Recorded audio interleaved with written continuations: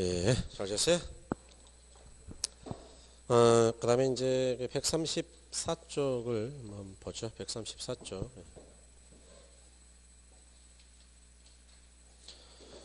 거기 보니까 이제 그 시장필 의의는 아까 봤고요. 자, 원인 해서 괄호 1번은 이제 외부 요가인데, 외부 요가도 워낙 중요하죠, 여러분. 그 별을 좀 2개 해주시고요, 별도로. 의 보니까 자, 외부 효과는 어떤 경제 주체 경제 활동의 결과가 시장을 통하지 않고 다른 경제 주체 후생에 영향을 주는 걸 말한다. 그러니까 이제 어떤 제3자의 여러 가지 일들이 시장을 통하지 않고 타인에게 영향을 줬다 그 이야기죠. 유리한 또는 불리한 영향을 준다. 그럴 때 니은번에 자, 시장 내부에서 발생하는 현상이 아니고 시장 외부에서 발생하는 현상이기 때문에 외부 효과라고 한다. 이 외부 효과가 시장 내에서 대가를 주고받게 되는 경우를 이 외부 효과의 내부화라고 하는데, 내부화는 뭐 시험에서는 거의 의미가 없으니까요. 그냥 외부 효과만 잘 이해하시면 됩니다. 외부 효과라는 게 뭐냐 이런 거죠. 우리가 많이 보셨는데요. 외부 효과이다. 자, 일단 용어부터 볼게요. 여기에는 이제 크게 2가지가 있죠. 그래서 정의 외부 효과라는 게 있고 부의 외부 효과라는 게 있다. 그래서 이제 우리가 경제학에서 정 그러면 항상 유리할 때 쓴다 그랬죠. 유리. 부 마이너스는 이제 불리할 때 쓴다라고 이야기를 했었죠. 그래서 인접성에서도 많이 설명을 했던 부분인데요. 그런데 뭐 우리 집이 3억이다. 3억. 그럴 때 외부에 지하철역이 생겼다. 그럼 가격이 하락할까요? 상승할까요? 그런 걸 이제 유리하다. 정이라고 하는데, 이처럼 왜 상승한 거죠? 제가 집안 청소를 열심히 해서요. 외부 환경 때문에요. 외부. 그런 걸 외부 효과라 그래요. 내부가 아니고 외부. 그래서 이와 같이 유리한 외부 효과 그러면은 우리가 정의 외부 효과이다. 뭐 그렇게 부른다. 그런 이야기죠. 그러면 거꾸로 우리 집 주변에 쓰레기 처리장이 생기면 어떻게 될까요? 가격이 상승할까요? 하락할까요? 하락. 그죠? 왜 하락한 거죠? 집안 청소를 안 해서요. 외부 환경 때문에요. 외부. 그럴 때 가격이 떨어졌으니까 불리하죠. 그런 걸 부의 외부 효과라고 한다. 뭐 이렇게 예전에 설명했던 겁니다. 그죠? 그래서 이렇게 정 그러면 유리할 때, 부 그러면 불리할 때 쓴다. 이걸 다른 말로 또 우리가 뭐라 그러느냐? 이렇게도 하죠. 외부 경제라고도 하죠. 이런 걸 정의 외부 효과 유리할 때다. 그래서 이걸 다른 말로는 외부 경제이다라고도 하더라. 그 다음에 부의 외부 효과 그러면은 다른 말로 외부 불경제라고도 하더라. 이와 같이 경제학에서 경제라는 용어는 이것도 유리할 때 쓰는 거예요. 유리할 때. 그래서 정일 때. 불경제 그러면은 유리할 때요, 불리할 때요? 불리할 때 그런 이야기죠. 자, 그러면 여러분들 이제 용어 설명드렸으니까 한번 응용 좀 해보죠.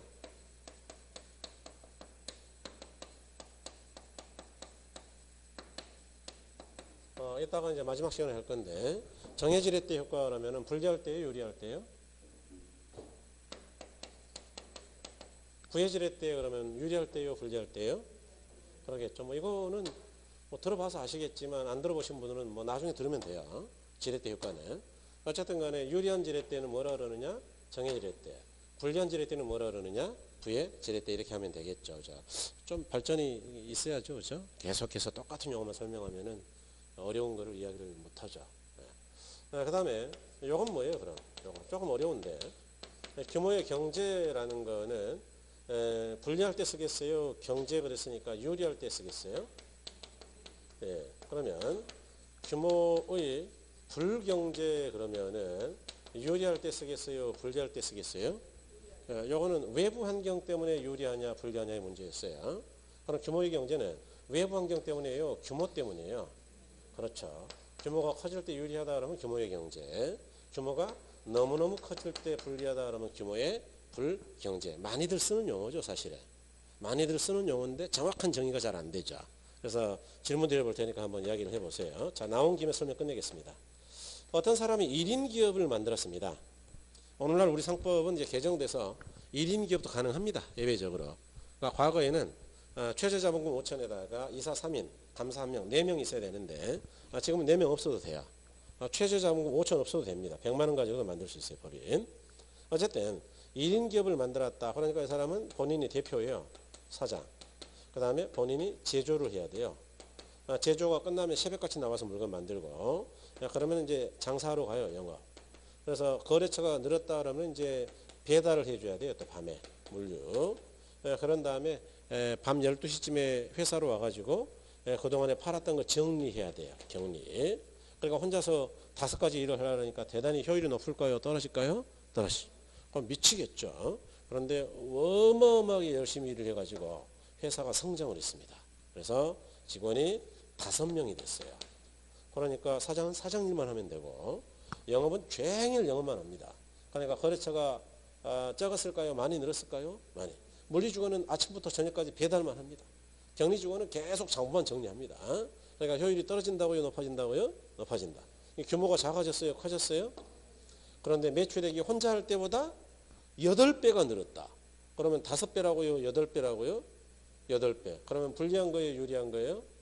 그래서 그걸 규모의 경제라고 합니다. 이해하신 거죠? 네, 좋아요. 자, 그런데 이 회사가 얼마나 일을 꽉 깨물고 열심히 했던지 10년 뒤에는 직원이 15만 명이 되는 회사가 됐습니다. 그래서 회장님이 된 거죠, 이분이.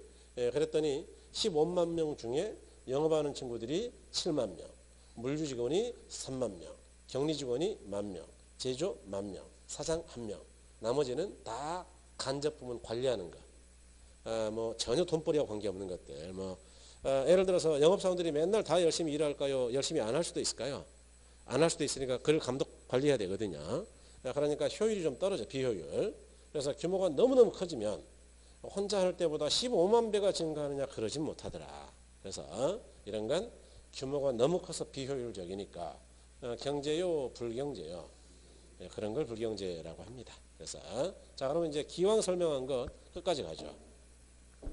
여러분 삼성이나 LG 같은 과점기업은 과점기업 또는 뭐 한전 같은 독점기업은 어떻게 해서 독과점이 됐을까요? 규모의 경제를 활용을 못해서요, 활용을 잘해서요. 그러겠죠. 규모의 경제를 잘 이용하면 계속 효율적으로 규모를 키울 수 있겠죠. 그러면 결국 시장의 지배자가 될 수 있으니까 독과점이 될 수 없다고 있다고요? 있더라. 그런 걸 자연독점이라 그래요. 자연독점. 그래서 독과점 기업, 즉 불안정 경쟁 시장이나 규모의 경제나 같은 얘기라고 봐도 된다. 그런가 볼까요? 137쪽 한번 가보죠. 137쪽. 137쪽에 가로 3번에 불안전 경쟁 시장이다. 뭐 그런 거 있죠? 아까 읽어봤는데 동그라미 2번 아까 안 읽었죠? 동그라미 2번. 규모의 경제는 자연 독점을 발생시키므로 이것도 시장 피해 원인이다. 그러니까 규모의 경제도 결국 독과점이다라고 보면 된다 그 이야기예요. 제 이야기는 이해하신 거죠? 무슨 뭐 자연 독점이니 그런 뭐 어려운 이야기 몰라도 돼. 규모의 경제는 그게 독과점이 되는 거다. 이렇게 그렇게 보신다. 이제 어려운 거 잘 이해하신 거고. 자, 그러면 이제 외부 효과 쪽으로 갈게요. 용어 이제 다 됐죠, 그죠? 외부 효과. 자, 이제 정협 외부 효과는 뭐냐 그러면 외부 제3자로부터 유리한 영향을 받았는데 아무런 대가도 지급하지 않는 것, 뭐 이렇게 이야기합니다. 자, 부협 외부 효과인데 요거는 외부 제3자로부터 불리한 영향을 받았는데 그 외부가 아무런 비용도 지불하지 않는 것, 뭐 이렇게 이야기들을 하죠. 그래서 우리가 이제 외부 효과라는 거를 이렇게 예를 들 수가 있겠는데요. 예를 들어 봐라 그러면 여기 이제 가장 많이 쓰는 애가 뭐 경제학 거의 모든 책이 이런 예를 쓰는데 과수원과 양봉업자죠. 여러분 이제 뭐 지금 벌써 매화가 부산까지는 올라왔다 그래요. 그래서 아마도 이제 한 2, 3주 뒤면은 광양 쪽이나 뭐 이쪽에 매화가 많이 필 것 같고 이제 서서히 이제 과수원도 꽃이 피겠죠. 그래서 뭐 제일 먼저 피는 게 이제 뱃꽃입니다. 뱃꽃 하얀. 그리고 이제 복숭아 터지죠. 그리고 사과가 빵 하고 터져요. 그럼 공부하기 좋을까요? 공부하기 싫어질까요? 네, 그렇죠, 그렇죠. 공부하기 싫어지죠. 이 동네는 그래도 과수원이 없어서 다행이네요, 그렇죠? 네. 그래서 어쨌든 간에 양봉업자가 과수원에 꽃이 피면 꿀 생산량이 비약적으로 증가하는데 문제는 외부 환경 때문에 유리했는데 문제는 인사하고 왔다고요. 그냥 가버렸다고요. 예, 그런 걸 정해 외부 효과를 한다. 이해하셨나요? 예. 이해했으면 대답 좀 하면 안 될까요? 예. 그 다음에 여기 이제 주거지역인데 주거지역. 예. 잘 살고 있었어요. 그런데 어느 날 공장이 하나 생겼다. 공장. 그래가지고 하천을 오염시켜 버렸다. 오염. 그래서 하천이 썩어서 냄새가 심하다. 그러면 이 주거지역의 부동산 가격, 집값이 올라갈까요? 떨어질까요? 그러니까 이제 불리하다. 그런데 공장 사장이 어떤 비용도 지불하지 않더라. 그런 게 부협의 효과죠. 요거는 얘도 시험에 잘 나옵니다. 그래서 얘를 놔두고 설명을 할게요. 자, 그럴 때 뭐 어려운 이야기도 없지 않아 있죠. 이런 건 좀 어렵죠. 사적 비용하고 사회적 비용을 비교하기도 하고요. 사적 편익하고 사회적 편익을 비교하기도 합니다. 마찬가지로 이쪽도 사적 비용하고 사회적 비용을 비교하기도 하고요. 사적 편익하고 사회적 편익을 비교하기도 합니다. 좀 이따 설명을 한번 해볼 텐데 시험에서 그렇게 중요하진 않아요. 어렵기는 되게 어렵습니다만은 부의비효과는 이렇게 이야기할 거고요. 정의비효과는 이렇게 이야기할 예정입니다. 예정이라 그랬으니까 좀 이따 할게요. 여기서 시험에서 중요한 거는 정의비효과는 우리가 좋아하는 거죠. 그런데 과소 생산, 다시 말해서 사유가 필요로 하는 양보다 적어서 문제다. 이건 반드시 기억해야 돼요. 그 다음에 부의비효과는 과대 생산돼서 문제이다. 그래서 양이 넘쳐서 문제다 그 이야기죠. 그래서 이건 무조건 기억해야 된다. 자, 이유가 뭐냐? 이유. 왜 과대 생산이냐? 지금 설명할게요. 여기 주거지역은 사람들이 많이 사니까 이걸 사회라고 해요. 사회. 공장 사장을 혼자 하니까 사적이라고 하죠. 자, 질문 드릴게요. 자, 공장 사장님은 오염물질을 비용을 돈을 들여서 처리를 했어요. 그냥 버려버렸어요. 그러니까 개인적으로는 비용이 거의 없네요. 그런데 이 하천을 정화하는 데 들어가는 비용은 수천억일 겁니다. 그러니까 공장 사장이 10억 이익 좀 보자고 우리 사회는 1,000억을 손해보는 거예요 지금. 그러니까 오염을 해야 될까요? 잡아야 될까요? 잡아야죠 이거 사실. 그래서 어쨌든 간에 사회적 비용은 천문학적이다. 그런데 자, 공장 사장 입장에서는 한 10억 아꼈으니까 이익이 많아 이익이. 그런데 사회 전체적으로 집값 떨어졌으니까 이익일까요? 손해일까요? 손해. 자, 그러면 공장 사장 입장이 돼보죠. 이 사람 입장에서는 비용은 작다 그 이야기죠. 이익은 많고. 그러니까 생산량을 사회가 원하는 양만 만들려고 그럴까요? 무지하게 많이 만들려고 그럴까요? 많이. 이익이 되니까. 그래서 과소 생산이요, 과대 생산이요, 과대. 이유는 이거죠. 그런데 이유는 시험에 안 나오니까 몰라도 크게 문제는 없죠. 이해하셨나요? 그러니까 이렇게 어려운 거를 여러분들이 오해하면 안 돼요. 공부가 좀 안 되는 분들이 특히 오해하는 경우가 많은 게 자기가 모르는 어려운 게 잘 나온다고 생각하는 분들이 꽤 있어요. 어려운 게 잘 나온 게 아니고 시험은 중요한 게 잘 나와요. 이해하신 거죠? 그러니까 중요한 걸 열심히 하는 거지. 선생이 중요하다 그런 걸 열심히 하는 거예요. 찍는 건 제가 알아서 해드린다 그랬죠. 그러니까 어쨌든 간에 요거는 어차피 여러분이 못 외울 수도 없어요. 나중에 시험 보기 전까지는 제가 반드시 보기게 만들죠. 뭐 그건 걱정 안 하셔도 돼요. 그러니까 필요 없더라도 외우게 해요. 만약을 대비해서. 그래서 방법은 한 3가지를 제가 제시할 거예요. 그 중에 아무거나 하나 골라서 외우면 되니까. 그 다음에 여기도 기왕 했으니까 해버리죠. 노인 요양 사업을 하는 분들이 있다. 요양원. 굉장히 훌륭한 분들이죠. 제가 볼 때는 DNA가 일반인들과는 다른 분들이에요. 저분들은. 그러니까 이타적인 사람들이죠. 마치 우리가 이제 성현들, 예수나 석가 뭐 이런 분들 같은 이타적인 분들이다. 그러니까 이제 타인을 위해서 희생하겠다라는 분들이어서 자기 개인 돈 가지고 복지 사업을 한다. 그러니까 개인적으로는 비용이 많이 들어가죠. 사회에서 우리가 뭐 그분 요양업 한다고 우리가 막 돈을 100만 원씩 갖다 주나요? 인사나 하고 다니나요? 인사. 안녕하세요. 열심히 하시는군요. 고맙습니다. 인사하고 다니는 거예요, 그냥. 그런데 문제는 자기 부모를 모시는 것도 힘들어 죽겠는데 50명이 넘는 아픈 남의 부모를 모셔요. 그러면 굉장히 행복할까요? 지치기도 할까요? 제가 볼 때는 이거 뭐 지치죠. 못할 짓이에요. 제가 볼 때는. 예. 그런데 사회적으로는 좋죠. 왜냐? 어르신들이 아플 때 여기다 잘 부탁드리고 하루 종일 돌봐주니까 일하러 가면 돈을 벌어오니까 가정이 유지가 되잖아요. 이해하신 거죠? 사회적 메리트가 있다. 그러니까 이렇게 아무리 좋은 뜻이 있다 하더라도 개인적으로 비용이 많이 들어가고 재미가 없으면 사회가 원하는 양보다 많이 생산할까요? 적게 생산할까요?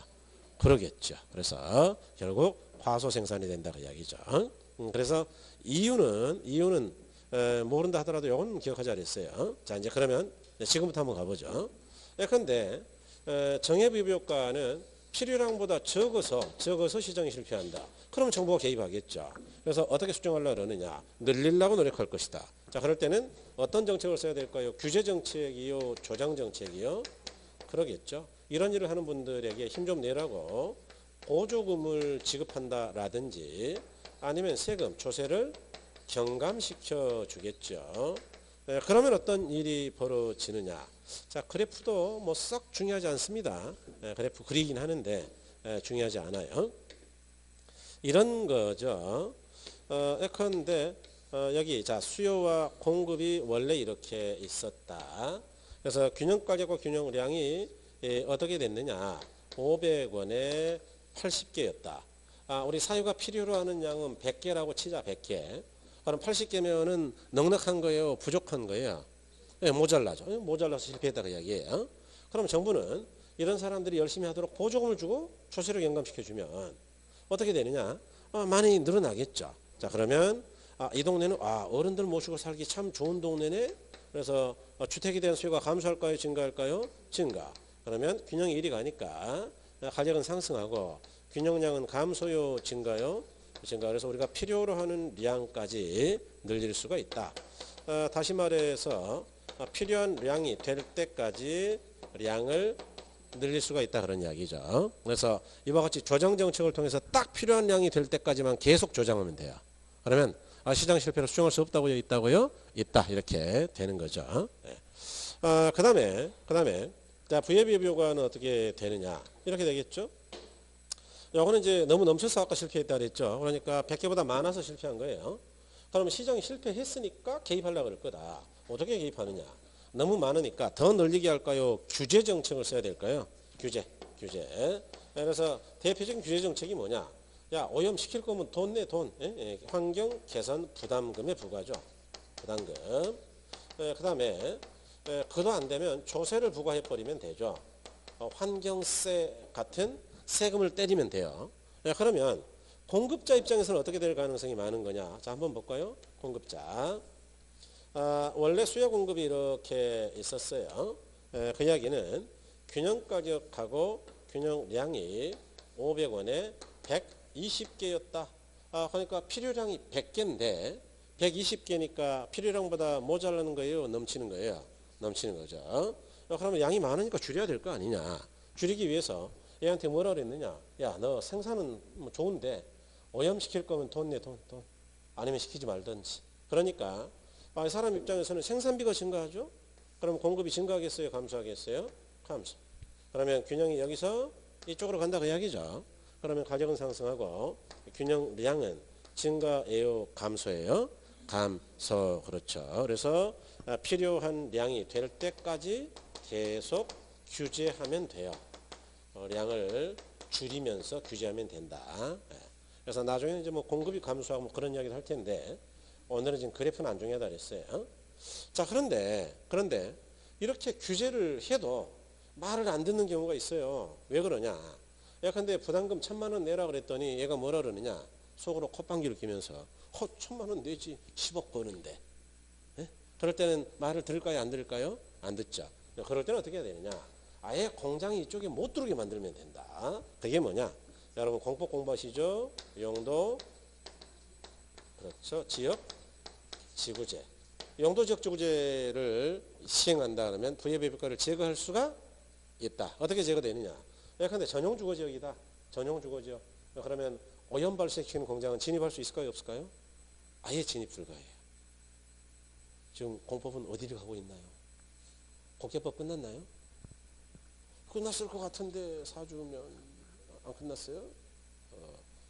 참 부정 연유가 있었지. 아니, 그래도 어쨌든 뭐 용도 지역 건폐로 용적률을 했을 거 아니에요. 556657988777 뭐 224 222 아 잊어버렸네. 뭐야 이거 하면서 556657988777 224 224 아 이거 큰일 났네. 다시 외워야 되겠는데 이거. 예, 어쨌든 그렇다 치고 뭐 이제 그렇게 용도지역 주제를 잘 이해하면 당연히 못 들어가는 건 알 수 있겠죠. 그래서 이렇게 되는 걸 이야기한다. 그 다음에 여기 이제 뭐 별 필요는 없는데 Police in my front yard, 핀비 하고 Not in my backyard, 님비. 님비라는 거 많이 들어보셨죠? 님비 현상. 네. 님비가 뭐냐면 Not in my backyard예요.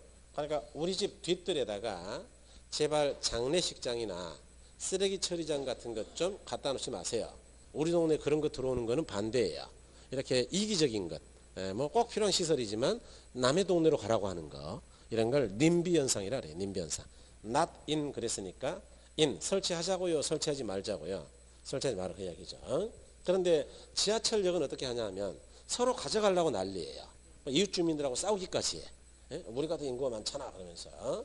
그래서 my front yard 우리 집 앞들에다가 제발 in 갖다 놓으세요. Please in. 그래서 이런 걸 이제 핀비 현상이라고 한다 그랬죠. 여러분 질문 한번 드려볼까요? 이제 가끔 이런 생각을 해야 되는데 지금 공부하는 데가 제목이 혹시 뭐예요? 정책은 누가 하는 거죠? 민간인이요? 국가가요? 그럼 여기서 여러분이 신경 써야 될 건 뭘까요? 국가가 뭘 하는 거냐 신경 써야 되는 거 아닌가요? 그러니까 시험에 잘 나오는 게 뭘까요? 왜 실패하냐? 그것 때문에 개입하는 거예요, 정부가. 정부는 그럼 어떻게 하겠다는 거냐? 정부의 정책. 그래서 어떤 효과를 기도하는 거냐? 이해하셨나요? 시험에 나오는 건 이런 거예요. 그러지 이런 게 나오는 거 아니다 이거. 정확하게 말하면 나온 적 없다고요.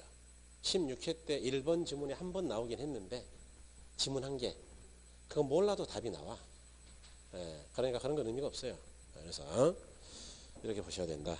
제 입장에서는 여러분 이게 뭐 그렇게 어려운 이야기는 아닙니다. 여러분한테 그냥 외우세요 그러면 되거든요. 그러지 뭘 이걸 안 해도 됩니다라고 이야기하는 건 뭐 그렇게 저한테 중요하겠어요. 여러분들 부담을 줄이는 게 뭐 그렇게 중요한 일은 아니에요.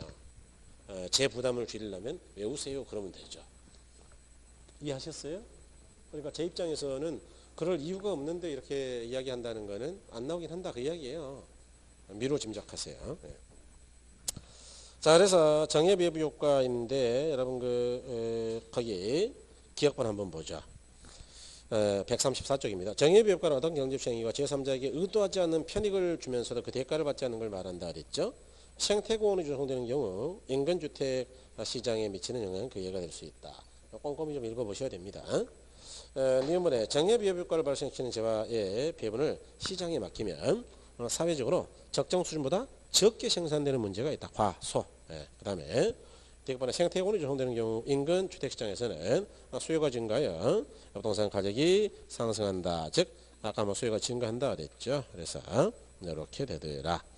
그 다음에 자 부예비협 효과인데요. 그것도 마찬가지로 기업권의 부예비협 효과는 어떤 경제주체 행위가 제3자에게 의도하지 않은 손해를 끼치면서도 그 대가를 지불하지 않는 걸 말한다 그랬죠.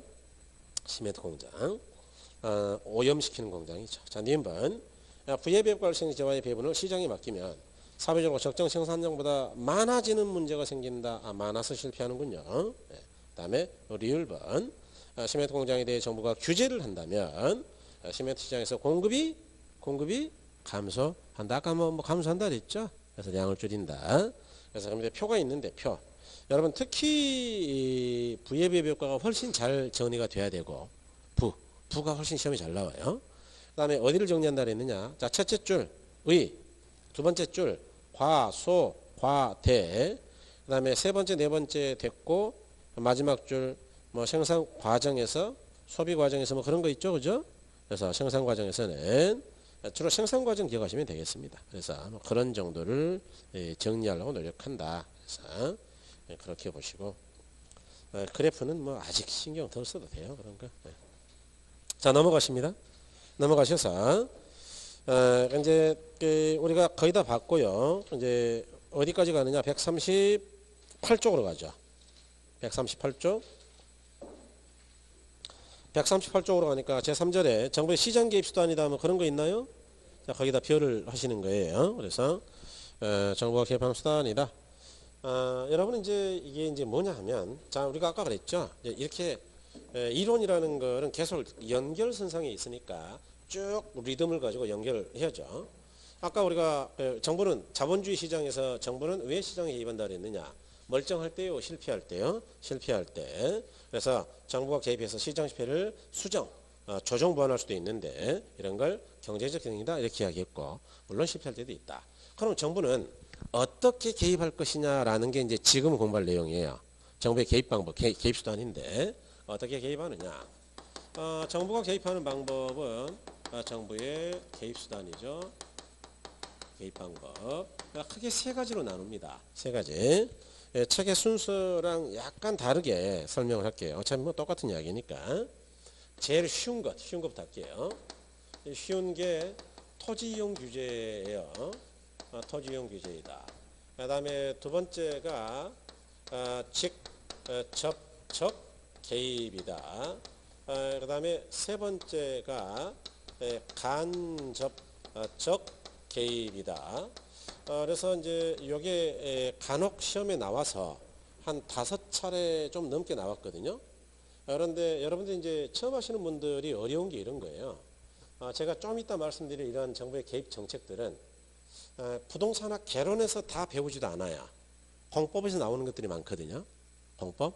그런데 공법도 지금 공부를 제대로 해본 적이 없잖아요. 그러니까 못 들어본 제도들이 많을 것이다. 그 이야기예요, 지금. 그런데 저는 미리 설명하고 있잖아요. 그럼 그 제도를 제가 다 설명할까요? 공법에서 할 것들은 공법에서 하라고 내비둬 버릴까요? 내비두겠지 뭐 제가 혼자서 어떻게 다 하겠어요. 저도 진도가 있는데. 이해하셨어요? 그러니까 이것저것 공부가 좀 돼야 이렇게 시너지가 있다 그 이야기를 하는 건데, 그러니까 거꾸로 말하면 이런 분들을 저는 소극적이라고 봐요. 나는 지금 설명하는 이거 들어본 적이 없으니까 이거 안 해올래. 그러면 안 된다 그 이야기예요. 안 들어봤어도 구별해야죠. 최대한 할 때까지 해봐야죠. 그런데 토지형 규제 그러면 이건 쉬워요. 토지의 이용을 마음대로 못하게 제한하는 겁니다. 대표적인 게 뭐냐 그러면 여러분 공부 그렇죠. 지역지구제예요. 용도지역지구제. 지역지구제. 지역지구제는 아까도 이야기했지만 우리가 공법 공부하시면 용도지역이 세분하면 총 21개, 21개.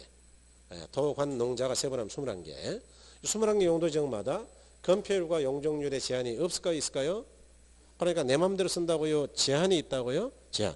마음대로 쓰고 싶어도 못 써요. 그런 걸 이용을 제한한다라고 한다. 이해하신 거죠? 네, 좋아요. 그 다음에 인허가 제도죠. 인허가. 건축 인허가가 대표적인데, 인허가. 특히 이제 건축 규제가 가장 대표적이에요. 이거 아주 재밌죠. 나중에 건축법 공부하면 이제 그런 이야기를 들을 텐데, 내 땅에다가 내 돈으로 내가 집을 짓겠다는 거예요. 정부 돈으로 짓는다고요? 내 돈으로요. 그런데 정부가 못 짓게 해요. 참 웃기죠? 언제 정부 보고 돈 달라 그랬어요. 내 땅에다가 내 돈으로 한다고요? 내 땅에다. 그런데 못 짓게, 그러니까 전반적인 규제를 먼저 해요, 건축은. 그런 다음에 허가 요건을 잘 맞춘 사람만 제한적으로 허가하는 거예요. 그러니까 이거는 이용을 마음대로 하는 거예요. 일단 일반적 제한, 규제예요. 규제. 그렇죠. 그래서 이렇게 크게 두 가지가 이용 규제다. 그러면 이제 직접적 개입이라는 거는 뭐냐? 요거는 정부가 상당히 성질이 급할 때 쓰는 건데, 정부가 직접 시장 참여자가 되는 겁니다. 여러분 시장 참여자는 저번 주에도 많이 이야기했는데, 수요자 공급자를 우리가 시장 참여자라고 하는 건데, 정부가 직접 수요자나 공급자 역할을 한다 그 이야기예요. 성질이 급하니까. 그래서 직접 개입한다라고 한다. 예를 들어 봐라. 자, 수요자 역할을 하는 것. 대표적인 게 토지 수용이죠. 토지 수용. 토지 수용이 뭐예요? 토지 수용. 여기 세종시를 신도시로 만들겠다. 그럴 때는 LH가 토지를 가만 놔뒀을까요? 싹 다 수용했을까요? 수용이 뭔데요? 돈을 주고 산다 그 이야기 아니에요? 그러니까 사는 거니까 공급자예요? 수요자예요? 수요자. 좋아요. 그 다음에 토지은행이다. 토지은행. 제가 11, 12월 달에도 이렇게 일단 쉽게 설명했는데, 자, 은행은 은행이에요. 돈을 저금하는 은행이에요. 땅을 저금하는 은행이에요. 땅. 그러니까 정부가 땅값이 쌀 때 미리 사두는 거예요. 미리. 토지비축 제도인데 그것도 이제 LH가 하고 있습니다. 그래서 토지비축, 토지은행은 돈을 주고 땅을 산다 그 이야기 아니냐. 그러니까 공급자가 되는 거예요. 수요자가 되는 거예요. 수요자. 좋아요. 그 다음에 공급자가 되는 거 예를 들어보죠. 공영개발. 공영개발. 뭐 여러분도 잘 아시겠네요. 최근에 보셨으니까. 여기 세종시를 LH가 땅을 다 수용했어요. 그래서 블록별로 이렇게 택지를 쫙 깎습니다. 여기가 지금 몇 블록이에요? 여기가? 이 뒤쪽이? 그걸 아시네요. 그죠? 2-2 블록. 그렇게 블록이 있잖아요. 이 블록의 토지를 건설회사에다 팔아요. 팔면 그 건설회사가 아파트 지어서 지가 분양하는 거예요. 다 이제 그러면 LH가 건설회사에다 팔았다 그랬잖아요. 팔았으니까 이거는 수요자예요, 공급자예요? 공급자. 이해하셨나요? 공영개발. 그 다음에 좀 이따 할 거예요. 그렇죠. 공공임대주택. 공공임대주택은 이름 보니까 뭐예요? 임대주택은 임대주택인데 누가 임대하는 거예요? 정부가. 그러니까 주택을 공급했다 그 이야기죠. 이런 걸 직접적 개입이라 한다. 이처럼 정부가 자기가 직접 수요자 공급자가 돼버리는 시장에 참여해가지고 그래서 이런 걸 직접적 개입을 한다. 또는 가격 규제를 통해서 수급량을 조절하는 것. 그래서 좀 이따 할 겁니다만은 임대료 규제. 이것도 대표적인 직접적 개입이에요. 그럼 간접적 개입이라는 건 뭐냐? 직접과 반대죠. 반대. 그러니까 요거는 아까 제가 아주 이해가 구별이 쉽다 그랬죠. 누구나 알고. 요거 두 개는 구별을 해야 되는데 반대니까 둘 중에 하나를 잘 알면 나머지는 알 수 있는 거예요. 그렇게라도 가야죠.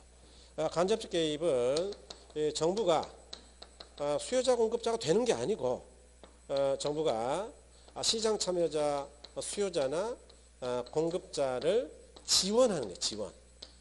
그러니까 정부는 뒤쪽에서 수요자 공급자를 지원만 해주면 수요자나 공급자가 시장에 나가서 알아서 열심히 하는 거예요. 그러니까 정부가 직접 참여한 거예요. 간접적으로 밀어주는 거예요. 간접적으로. 그래서 어떤 게 있느냐. 아까 했네요. 뭐 좀 많이 만들어야 되겠다면 보조금 준다 그랬죠. 보조금.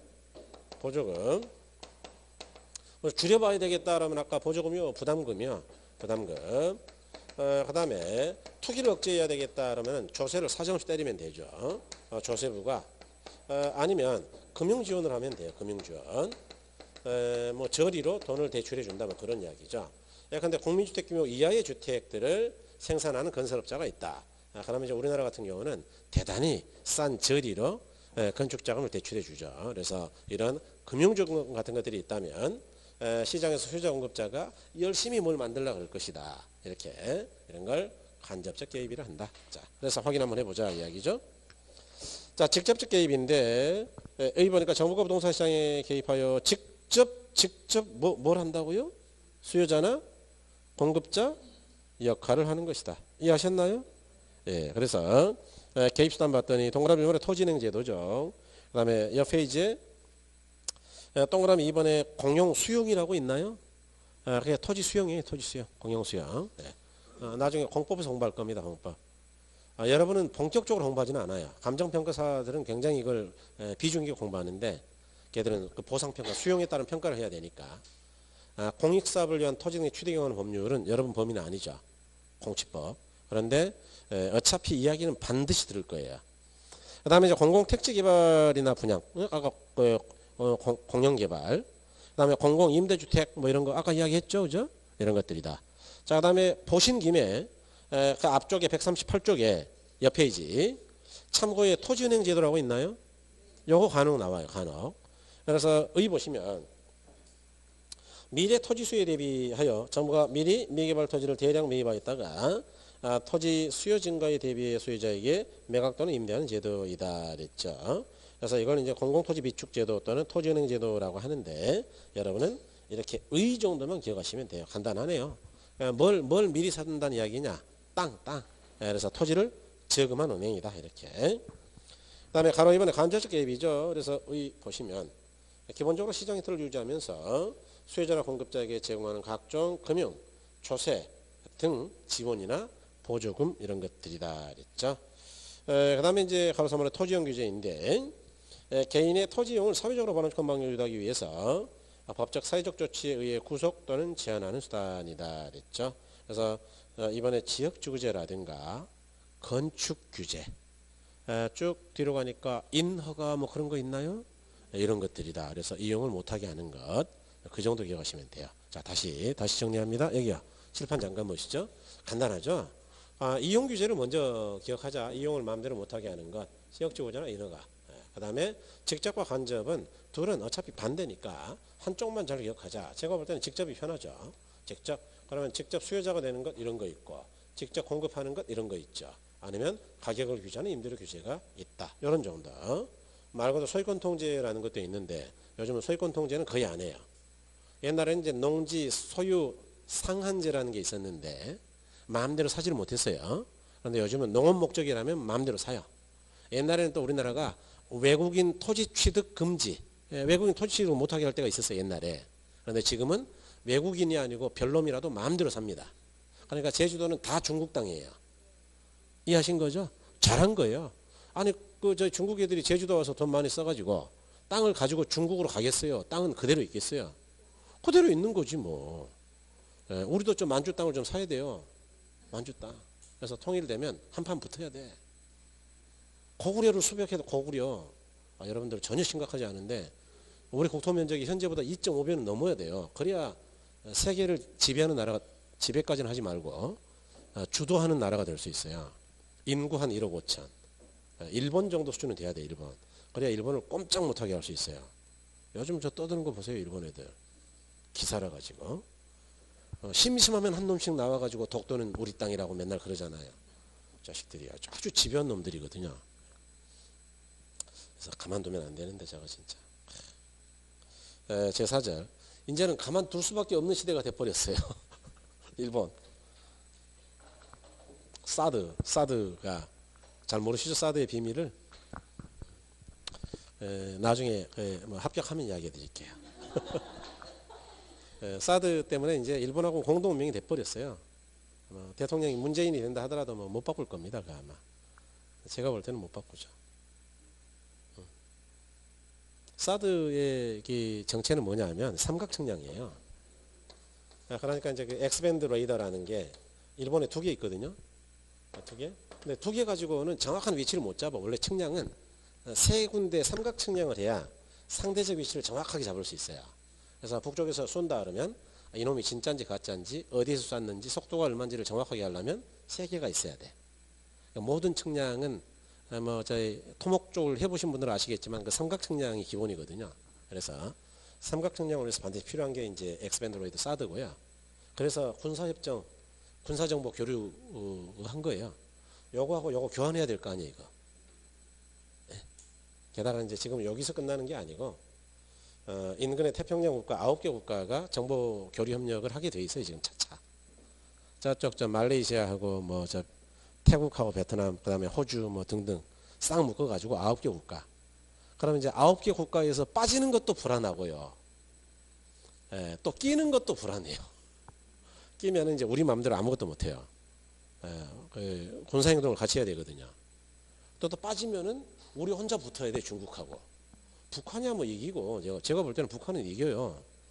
비대칭 전략 저희 미사일 말고는 우리하고 게임이 안 된다 이거죠. 그런데 북한의 총 GDP가 얼마인 줄 아세요? 40조. 우리 국방 예산보다 작아. 북한 애들 돈 가지고 있는 게 우리나라 국방 예산도 안 된다니까요. 그러니까 쟤들 못 이겨 절대 우리한테. 돈으로 발라버리는데 뭐 우리가. 이해하신 거죠? 급하면 돈 주고 다 사오면 돼요. 별로 반응이 없구나 역시. 그러니까 이제 그래서 이 사드는 개인적으로는 뭐 썩 기분 좋은 일은 아닌데 안 할 수도 없다고 보는 거예요. 그러니까 이제 참 저는 뭐 조용할 수밖에 없죠. 우리 같은 사람은 우리 같은 입장은 떠들 수도 없어요. 이게 그냥 막 반대할 수도 없다. 그러니까 민주당이 반대를 하는 것을 이해는 하지만 그렇다고 또 반대하게 놔둘 수도 없는 입장이에요. 그래서 참 애매합니다. 이거 뭐 어떻게 할지. 우리 운명을 우리가 결정 못하는. 자, 139쪽인데요. 제4장의 토지정책이죠. 그래서 지역지구제인데 여러분 거기다 별 하나 좀 해주시죠. 목적 보시면 어울리지 않는 토지형을 규제함으로써 부의 배분 효과를 제거 또는 감소 또는 방지하는 데 그 목적이 있다 그랬죠. 그래서 무조건 기억입니다. 여기요, 여기. 아까 지역조제를 이용하면 부의 배분 효과를 제거할 수 없다고요, 있다고요? 있다. 이거는 여기서도 시험에 나오고 지역지구제에서 시험에 잘 나오는 주제예요. 그러니까 무조건 기억하셔야 됩니다. 가장 중요해요. 그래서 지역지구제에서는 우리가 지역지구제를 통해서 부의 배분 효과를 제거할 수 있다. 그거는 뭐 무조건 기억이 되셔야 된다 그랬고, 그 다음에 넘어가시면 지역지구제 효과 그래서 단기적 효과하고 장기적 효과가 있는데요. 여러분 그 그래프 보니까 기분 별로 안 좋죠, 그죠? 그러니까 이제 이게 문제인 거예요, 그죠? 그러니까 수요 공급이 안 되면 여기 이제 이해가 잘 안 되거든요. 그런데 이렇게 이제 그래도 적극적으로 가야 됩니다. 여러분 그 단기 장기를 제가 저번 주에 이렇게 설명했는데요. 경제학에서 단기는 짧은 기간, 장기는 긴 기간인데 얼마나 짧냐? 이렇게 기억하시는 게 가장 편해요. 수요가 변화할 수 있을 정도로 짧은 기간이다. 단기는. 그럼 장기는 뭐라 그랬을까요? 장기는 그렇죠. 수요뿐만 아니라 공급까지도 변화할 수 있을 정도로 충분히 긴 기간이다. 그러니까 장기는 당연히 단기를 포함하는 개념이에요. 그러니까 수요뿐만 아니라 공급까지 이렇게 해석할 수 있죠. 그래서 단기는 뭐냐 하면 우리가 지역지구제를 시행하면 방금 요거는 무조건 기억하셔야 된다 그랬는데요. 부의 배분 효과를 제거할 수가 있고 중요합니다. 그러면 어떻게 되느냐? 어울리지 않는 것들을 싹 제거했죠. 그러면 어울리는 이용이 되니까 살기 좋은 동네가 되니까 토지에 대한 수요가 증가하고, 수요가 증가하면 어떻게 되느냐? 가격이 하락이요 상승이요? 상승. 사겠다는 사람 많아지니까요. 이걸 또 굳이 그래프를 그려보면 또 어떻게 되느냐? 이렇게요. 이렇게 된다. 여러분이 수요 공급할 때 가장 많이 그렸던 그래프가 이겁니다, 지금. 그래서 오늘 이제 이걸 좀 이용을 해볼 텐데요. 자, 여기 원래 균형 가격하고 균형량이 500원에 100개라고 가정하자. 500원에 100개예요. 그래서 500원에 100개다. 그럴 때 어쨌든 자, 여기 지역주거지 때문에 수요가 증가했다. 그러면 이제 수요 곡선이 우측으로 이동했다. 그런 이야기죠. 우측으로 이동했다. 그런 이야기가 되겠습니다. 그래서 이제 우측으로 이동하는데 그러면 균형이 어떻게 가느냐? 여기서 이쪽으로 균형이 이동하겠죠. 그렇죠? 네. 그러면 가격은 어떻게 되는 거예요? 가격 하락이에요? 상승이에요? 상승. 그렇죠. 그래서 가격은 상승할 것이다. 자, 그러면 이제 여러분 이제 공부한 것들을 총동원해 봐야 되는데, 자, 완전 경쟁 시장을 제가 설명할 때 뭐라 그랬느냐? 완전 경쟁 시장은 시장 참여자, 수요자, 공급자가 무수히 많다 그랬죠? 그다음에 동질적 재화로 시장 활동을 한다. 고로 일물일가의 법칙이 성립한다 그랬고, 그다음에 정보가 완전하니까 정보 비용이 있다고요, 없다고요? 없다. 똑같은 조건에서 싸우니까 짜잘한 수많은 공급자가 똑같은 조건에서 싸우니까 초과 수익은 없고 오로지 정상이익밖에 없다 그랬어요. 이제 지금 써먹을 겁니다. 그 다음에 진입과 퇴거의 자유가 없다고요, 있다고요? 있다. 그 다음에 가격을 결정한다고요, 수능자라고요? 수능자. 이제 그거까지 써먹을 거예요. 자, 여기 기존의 공급자는 어떻게 되느냐? 500 받으면 정상이익입니다. 그런데 600 받았으니까 정상이익이에요, 초과 수익이에요? 초과 수익. 자, 그러면 완전 경쟁 시장 초과 수익이 없다면서요? 또 진입 퇴거의 자유가 있다면서요? 그러니까 얘가 떼돈 번다고 소문났다, 그 이야기 초과 수익.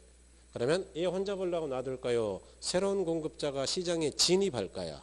그렇죠. 그럼 공급자가 하나 둘 자꾸 들어오면 공급은 감소요, 증가요? 증가, 이런 이야기죠. 그러면 균형이 어떻게 오느냐? 다시 여기서 이렇게 오더라, 그 이야기죠. 즉 원래 가격이 된다. 다시 말해서 최초의 균형은 여기고 최후의 균형은 여기죠. 그래서 이렇게 이동하더라. 이렇게. 그러면 가격은 불변이고 균형량 감소요, 증가요? 그렇죠. 그래서 이렇게. 자, 여기 공급 이동하기 장기라 그랬죠. 그러니까 자, 기존의 공급자가 가격이 올라가면 초과 수익이 있다 그랬죠, 아까. 자, 그러면 어떻게 된다 그랬느냐. 자, 그러면 새로운 공급자 신규 공급이 시장에 진입하더라. 진입. 왜? 진입 퇴거의 자유가 있으니까. 그러면 공급이 증가할 것이고, 공급이 증가하면 어떻게 되느냐. 어차피 가격은 떨어질 거다. 그럴 때 가격이 어디까지 떨어지느냐라는 거는 비용의 문제이다. 이런 건 아직 안 했으니까 어렵죠. 비용 불변 산업 또는 비용 일정 산업이다 그러면 딱 원래 가격 500까지 떨어질 것이다. 여기 지금 비용 일정이에요. 제가 그린 것 중에. 자, 그 다음에 비용 증가 산업이면 어떻게 되느냐. 그러면 원래 가격보다는 조금 더 받아야 될 거다. 좀 이따 정리할게요. 비용 감소 산업이면 어떻게 되느냐.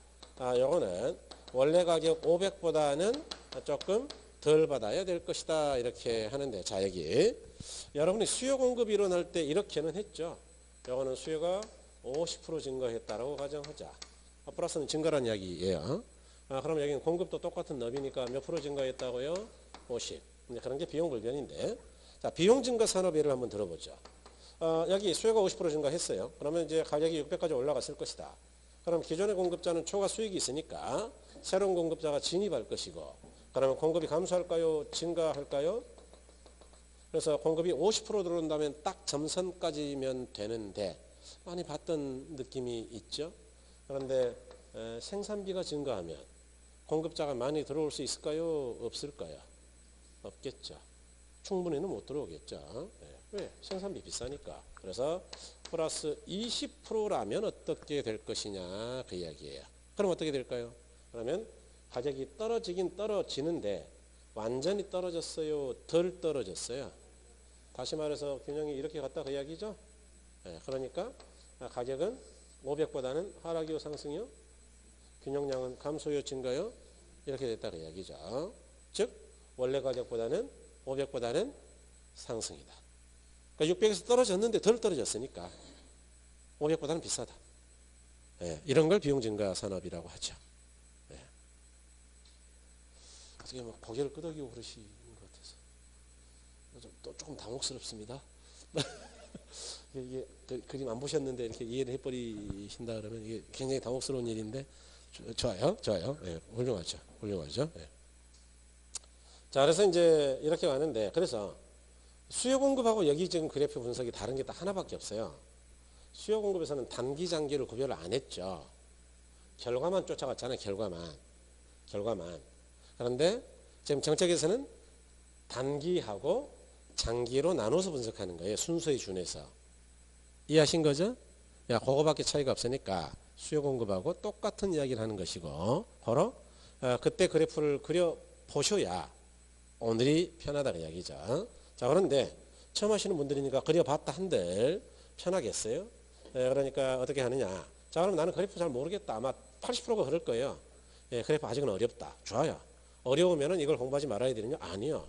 어려우면 그래프는 천천히 이야기를 하고 일단 공부할 건 하자고요. 이건 기억해야 된다 그랬죠. 지역주의를 시행한다면 부여배분가가 남아있다고요? 제거된다고요? 제거. 무조건 기억해야 돼요. 그러면 수요가 증가한 거 빤하고, 왜? 좋은 돈이가 되니까. 수요가 늘면 사겠다는 사람 많으니까 가격 하락이요 상승이요? 상승. 뭐 논리적으로 이해 못할 것도 없죠. 가격 올라가면 기존의 공급자는 돈 좀 벌겠네요. 그러면 새로운 공급자가 진입할 것이고, 그러면 공급이 증가해서 팔겠다는 사람 많아지면 가격은 상승이요 하락이요? 하락. 비용이 일정하다. 그럼 원래 500 받으면 되고, 원래 500. 비용이 조금 늘었어요. 그럼 원래 500 받으면 되겠어요? 손해겠어요? 그러니까 좀 더 받는 거고. 이해하셨나요? 비용이 줄었어요. 줄으면은 원래 500 받으면 그놈이 도둑놈이지. 비용이 줄었는데? 그러니까 원래 그대로 받는다고요? 덜 받는다고요? 우리 가끔 욕하잖아요. 아니 물가는 농산물 가격은 떨어졌는데 왜 만두는 계속 그대로 왔냐고. 좀 깎아줘야지. 이렇게 이야기하는 거 아니에요? 그러니까 그렇듯이 비용이 감소한다 그러면은 원래보다는 좀 싸게 받아야 된다. 그래서 한 봉지에 4,000원 하던 만두가 3,700원 하든지 그래야죠. 이해하신 거죠? 그래서 이렇게. 그러니까 적극적으로 가자고 이야기해요. 그래프가 안 되면 이빨 대신 잇몸으로 버티는 거니까. 예, 그래서 그렇게 한다. 여러분들 아직 그 공부를 해본 경험이 없으니까 제가 마음대로 말을 못해요. 공부를 하신 분들은 금방 알거든요. 역대 합격자들이 완벽하게 이해하고 합격한 사람은 없어요. 단언컨대. 제가 수석을 4번 만들었다 그랬잖아요. 수석은 어느 정도 하는 게 수석인지 아세요? 1차 2과목 다 합해가지고 5개 이상 절대 안 틀려요. 결혼 보통 2개 틀립니다. 2개. 민법 보통 2개. 그게 수석이에요. 2차 4과목 다 더해가지고 5개, 6개 이상 잘 안 틀려요. 보통 그게 수석이죠. 그럼 수석은 다 알 것 같습니까? 모르고 감으로 때린 것도 많을까요? 감으로 때려요. 감으로. 무슨 수석이라고 다 알아. 그러니까 이빨 대신 잇몸으로 싸운다니까요. 이해하신 거죠? 그런 게 어디 있어. 수석도 무슨 맨날 질문하는데 뭘. 수석은 근데 왜 점수가 잘 나오느냐? 감이 탁월해요. 공부를 많이 했기 때문에. 공부를 많이 하면 찍어도 적중률이 대단히 높아집니다.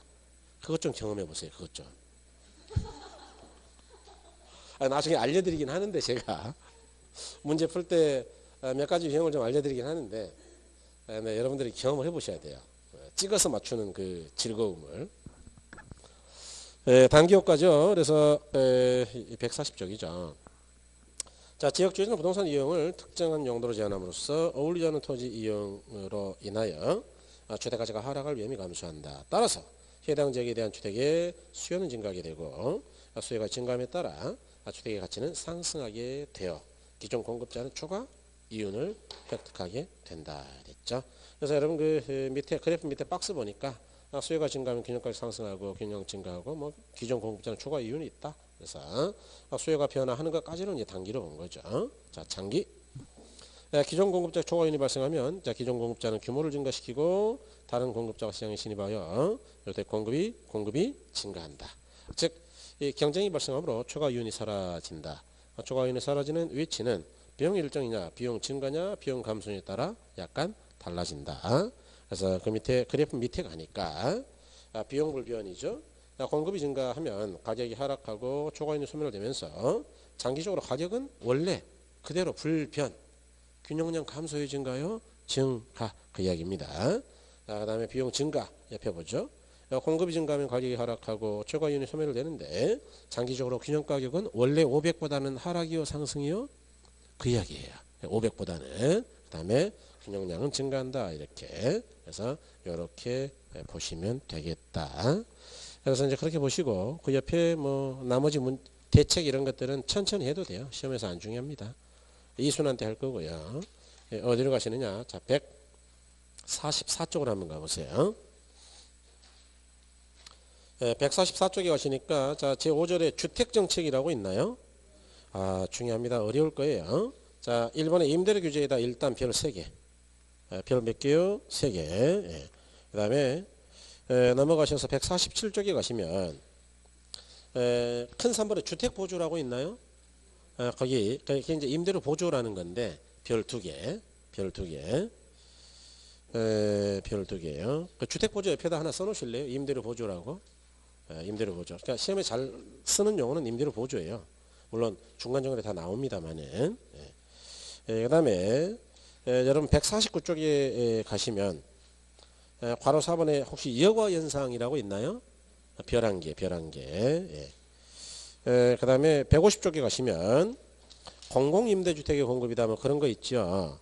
그래서 거기 별 2개. 그래서 일단 주택정책은 전부 다 중요합니다. 이게 시험에서 아주 잘 나와요. 그러니까 조금 쉬셨다가 뭐 하도록 하시죠. 잠깐 쉬었다 뵐게요.